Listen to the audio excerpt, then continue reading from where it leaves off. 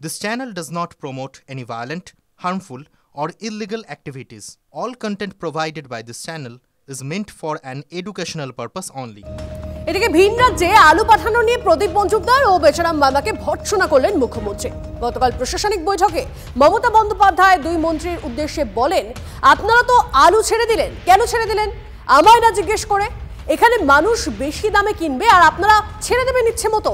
উত্তরে পঞ্চায়েত মন্ত্রী স্বীকার করেন অন্যায় করেছিলেন। আপনারা তো আলু ছেড়ে দিলেন প্রদীপ দা, আপনি আর বেচা কেন ছেড়ে দিলেন আমায় না জিজ্ঞেস করে?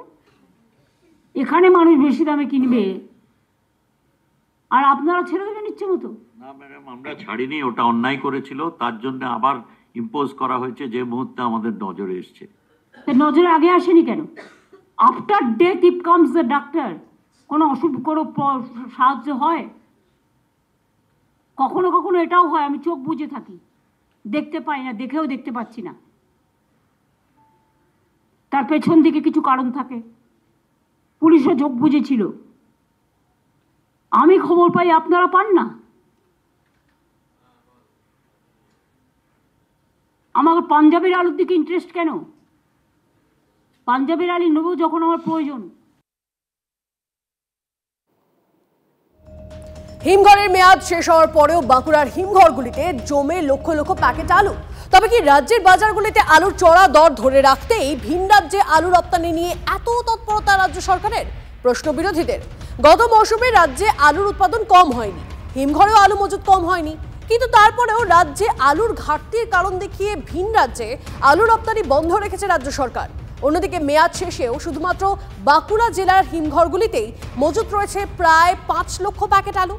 স্বাভাবিকভাবেই প্রশ্ন উঠছে, রাজ্যের বাজারগুলিতে আলুর চড়া দর ধরে রেখে আসলে কালোবাজারি ও মজুতদারদের পক্ষেই কাজ করেছে রাজ্য সরকার।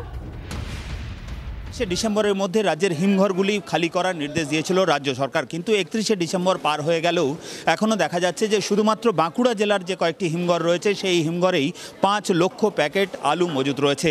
এই বিপুল পরিমাণ আলুর ভবিষ্যৎ নিয়ে একদিকে যেমন দুশ্চিন্তা তৈরি হয়েছে আলু চাষি থেকে সংরক্ষণকারীদের মধ্যে, তেমনই এই রাজ্য সরকারের যে ভূমিকা সেই ভূমিকা নিয়েও প্রশ্ন উঠতে শুরু করেছে। পশ্চিমবঙ্গে আলুর কোনো ক্রাইসিস ছিল না, কৃত্রিম ক্রাইসিস সৃষ্টি করে মজুতদারদের সুবিধে করা, তাদের মুনাফা করতে দিয়েছে এই রাজ্য সরকার। তাহলে আলুর যে ক্রাইসিস নেই সেখানে আমরা মানে আমাদের রাজ্য থেকে অন্য রাজ্যে যেতে দেবো না, জেলা থেকে আরেক জেলায় যেতে দেবো না, এইসব নাটক কেন করা হলো? তার মানে এইসব নাটক করা হয়েছে মানে বিভিন্ন জায়গায় মজুতদারদের সুবিধে করে দেওয়া হয়েছে। চাষিরা যারা ওটা রেখেছে তারাও ওটা পাবে না, ও পচে যাবে, ফেলে দিতে হবে। তাহলে পরিকল্পিতভাবে চাষিদেরকে সর্বনাশের দিকে নিয়ে গেল। 5 লক্ষ প্যাকেট যদি আলু বাইরে ফেলে দিতে হয়, না পাবে পাবলিক কিনে খেতে, না কিছু করার। 5 লক্ষ এই যে নষ্ট করে দেওয়া হলো, প্যাকেট নষ্ট করে দেওয়া হলো, এই জন্য রাজ্য সরকার তার নীতিগত অবস্থানের জন্য এই সমস্যাটা দেখা দিল।